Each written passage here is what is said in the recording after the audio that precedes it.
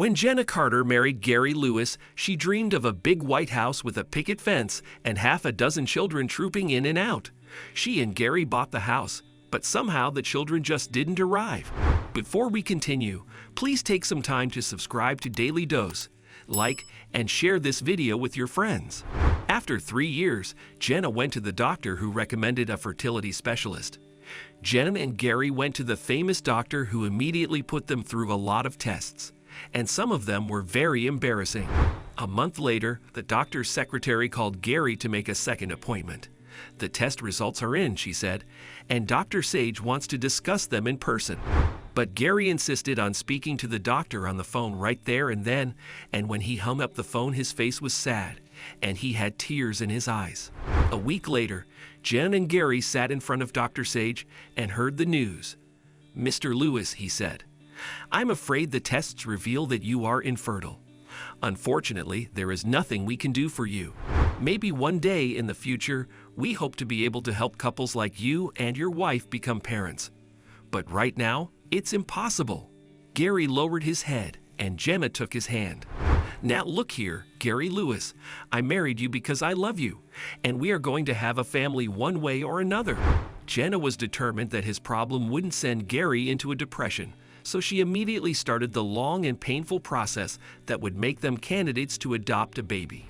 3 years later, Jenna and Gary welcomed little Judith, and 2 years later they adopted another child, a boy they named Thomas. The family was as happy as could be, although people sometimes commented on the children's looks. Little Judith was a blue-eyed blonde, while both Gary and Jenna were dark of hair and eyes, and little Thomas was mixed race. People would immediately ask, "Are they adopted?" And Jen and Gary would patiently explain that they were. And Jenna would add that Gary was unable to father children. Jenna confessed to her best friend, "I love Judith and Thomas, but if I thought was to blame for us not having a baby, I would die." Judith and Thomas grew up much too fast, and before they knew it, they were off to college. Gary and Jenna were left alone in that big white house with the picket fence. Jenna sighed. "One of these days, we'll have lots of grandchildren to fill up this old house and romp about in the yard just like I always dreamed." Gary laughed. "Give the kids a little time. My love, you'll get your grandchildren soon enough." "Well, it can't be soon enough for me." Little did Jen imagine how quickly fate would send her the grandchildren she was longing for. A week later, Jenna was in the garden pruning her roses when a tall, good-looking man in his early 50s walked up to the gate. "Hello," he said. "Is this Mr. Gary Lewis home?"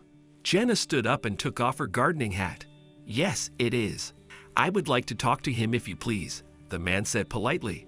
Jenna called out to Gary, and he came out. He looked at the man. "Yes, you wanted to speak to me." The man looked flustered. "I wonder if we could talk alone." Gary shook his head. "No, sir. Anything you want to discuss with me, you can say in front of my wife." The man looked even more uncomfortable. "Sir, I wonder if you remember Rosalie Garson?" "Rosalie?" Gary smiled. "Of course I remember Rosalie. She was my high school sweetheart before I went off into the service 50 years ago. Are you her boy?" "Yes, sir," the man said. "I'm Sam. I'm your son." Gary gasped. He felt as if a giant hand had squeezed all the air out of his lungs. "My son." Jenna couldn't believe her ears. "Liar. You're lying. My husband is sterile. You're just trying to get money out of him." But Gary was staring at Sam with tears in his eyes.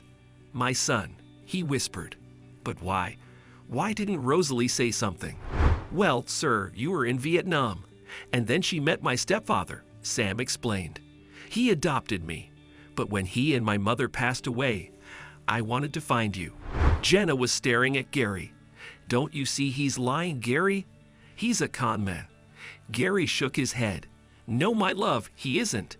You see, 40 years ago, doctor, Sage told me you couldn't have children. I knew how much that would hurt you, so I told him to say it was my fault." "It was me," whispered Jenna. "I blamed you in my heart, and all the time it was me. I wanted you to be happy, Jenna. I wanted you to have the family you dreamed of.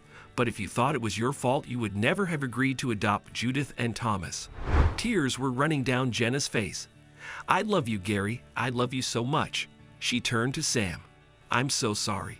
You are welcome here. I can't take the place of your mother, but if you'll let me, we can be a family." Sam smiled. "Thank you, Jenna. I'll take you up on that. I have 6 kids who desperately need a grandmother to spoil them, and another grandchild on the way. I hope you are up to the task." Jen and Gary's family grew unexpectedly by 1 son and 6 grandchildren, and 3 great-grandchildren, and when Judith and Thomas came home, the house was full indeed, just as Jenna had always dreamed it would be.